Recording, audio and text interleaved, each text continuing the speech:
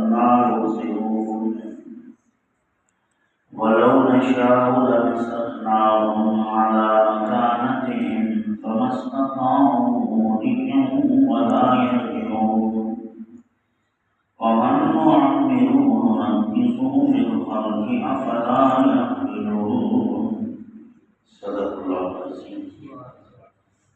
درس قرآن میں سورہ یاسین شریف کا ترجمہ مختصر سماعت فرما رہے ہیں۔ کل کے درس میں اللہ رب العالمین نے ارشاد فرمایا کہ محشر کے دن تمام لوگ اللہ رب العالمین کی بارگاہ میں حاضر ہوں گے اور اپنے جرموں کا انکار کر کے اپنے اوپر ناانصافی کی بات کریں گے۔ اس وقت اللہ رب العالمین ان کی زبان پر مہر لگا کے ان کے اعضاء سے گواہی دلوائے گا۔ آج کی آیت میں اللہ رب العالمین نے اپنی قدرت اور رحمت کو بیان فرما رہا ہے۔ فرمایا وَلَوْ نَشَاءُ لَطَمَسْنَا عَلَىٰ أَعْيُنِهِمْ فَاسْتَبَقُوا الصِّرَاطَ فَأَنَّىٰ يُبْصِرُونَ، اور اگر ہم چاہتے تو دنیا میں ان کی آنکھیں مٹا دیتے، یعنی ہمارے پاس یہ قدرت ہے کہ ہم ہر مجرم کو دنیا میں فی الفور سزا دینے پر قادر ہیں۔ اللہ رب العالمین کی ذات ہر مجرم کو فی الفور سزا دینے پر قادر ہے۔ سب سے پہلے فرمایا وَلَوْ نَشَاءُ لَطَمَسْنَا عَلَىٰ أَعْيُنِهِمْ، اور اگر ہم چاہتے تو ان کی آنکھوں کو مٹا دیتے۔ یہاں مٹانے کے دو ترجمے مفسرین نے کیے۔ ایک ترجمہ یہ کیا کہ آنکھوں کی بینائی کو چھین لے، دوسرا ترجمہ یہ کیا کہ بینائی کے ساتھ آنکھوں کی جو نشانات ہیں وہ بھی مٹ جائے، کسی قسم کا اس میں آنکھ کی جگہ کا کسی حکیم اور ڈاکٹر کو پتہ نہ چلے آنکھ کس جگہ ہے اور اس کا علاج کیسے کیا جائے۔ اللہ اس پر قادر ہے۔ فَاسْتَبَقُوا الصِّرَاطَ فَأَنَّىٰ يُبْصِرُونَ، پھر وہ اپنے راستے کی طرف لپکتے دوڑتے لیکن ان کو کچھ بھی دکھائی نہ دیتا۔ ہم چاہتے تو ہم دنیا میں ایسا کرتے، لیکن چور چوری کرتا رہا اس کو کچھ نہیں کہا گیا، ڈاکو ڈکیتی کرتا رہا اسے کچھ نہیں کہا گیا، جو مجرم جس جرم میں تھا وہ کرتا رہا، اللہ رب العالمین نے دنیا میں اس کی پکڑ نہیں کی، کیونکہ آخرت میں ان کا حساب اللہ رب العالمین نے دینا تھا۔ تو یہاں فرمایا کہ ہم یہ کر سکتے تھے۔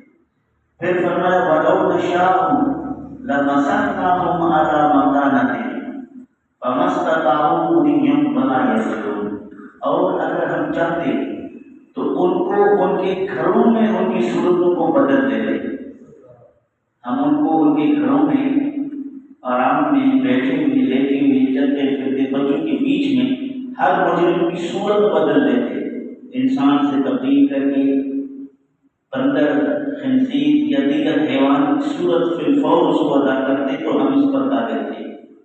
ہم ان کو مکمل پتھر بے جان بے حس بنا کے رکھ دیتے تو ہم اس پہ قادر تھے، لیکن ہم نے ایسا نہیں کیا۔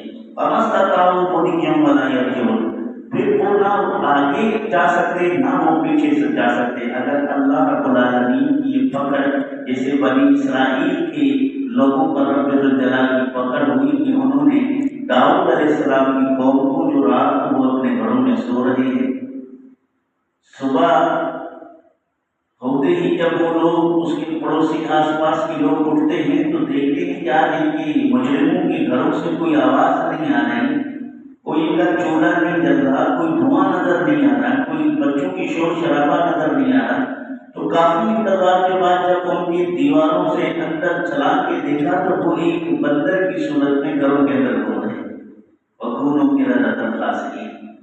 اللہ ایسا قادر ہے کہ رات کو وہ انسان ہو کے سوئے صبح بندر ہو کے اٹھے، اللہ ایسا قادر ہے۔ لیکن فرمایا وَلَوْ نَشَاءُ لَمَسَخْنَاهُمْ عَلَىٰ مَكَانَتِهِمْ فَمَا اسْتَطَاعُوا مُضِيًّا وَلَا يَرْجِعُونَ، اور وہ اگر آگے جانا چاہتے تو بھی نہ جا سکتے، پیچھے لوٹنا چاہتے تو تب بھی پیچھے نہ آ سکتے۔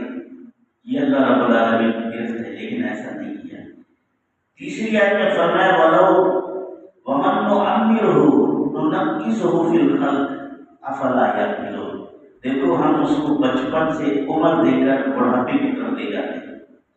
جب ہم ان کو عمر دیتے ہیں، عمر دینے کے بعد ننقص اس کو دوبارہ ہم پہلے کی طرح پلٹا دیتے ہیں۔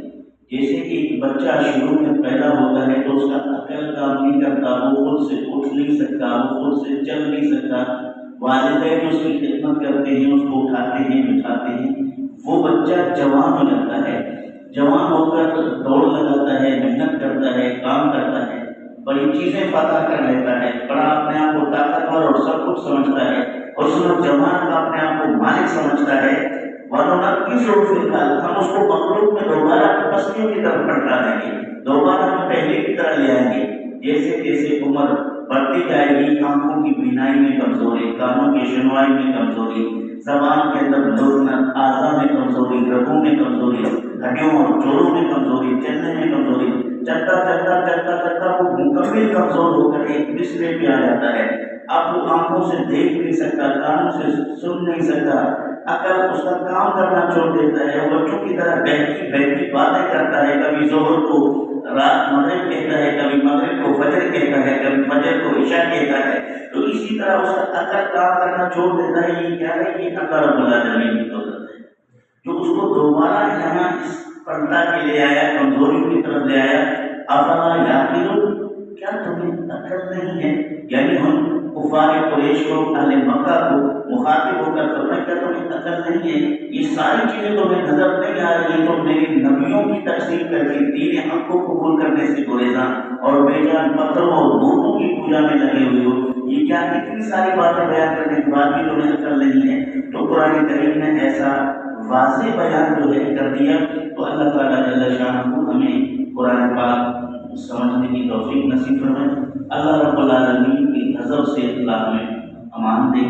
اللہ تعالیٰ اپنے محبوب کے صدقے دنیا اور آخرت میں ہمیں بھلائیاں عطا فرمائے، ہماری لغزشیں اور گناہیں رب الجلال معاف فرمائے، اور ہمیں تدبر، عقل اور عقل سلیم عطا فرمائے تاکہ ہم قرآن کریم کو سمجھ سکیں اور اس پر عمل کر سکیں۔ اللہ تعالیٰ ان باتوں کو قبول فرمائے، مزید انشاءاللہ اس طرح سے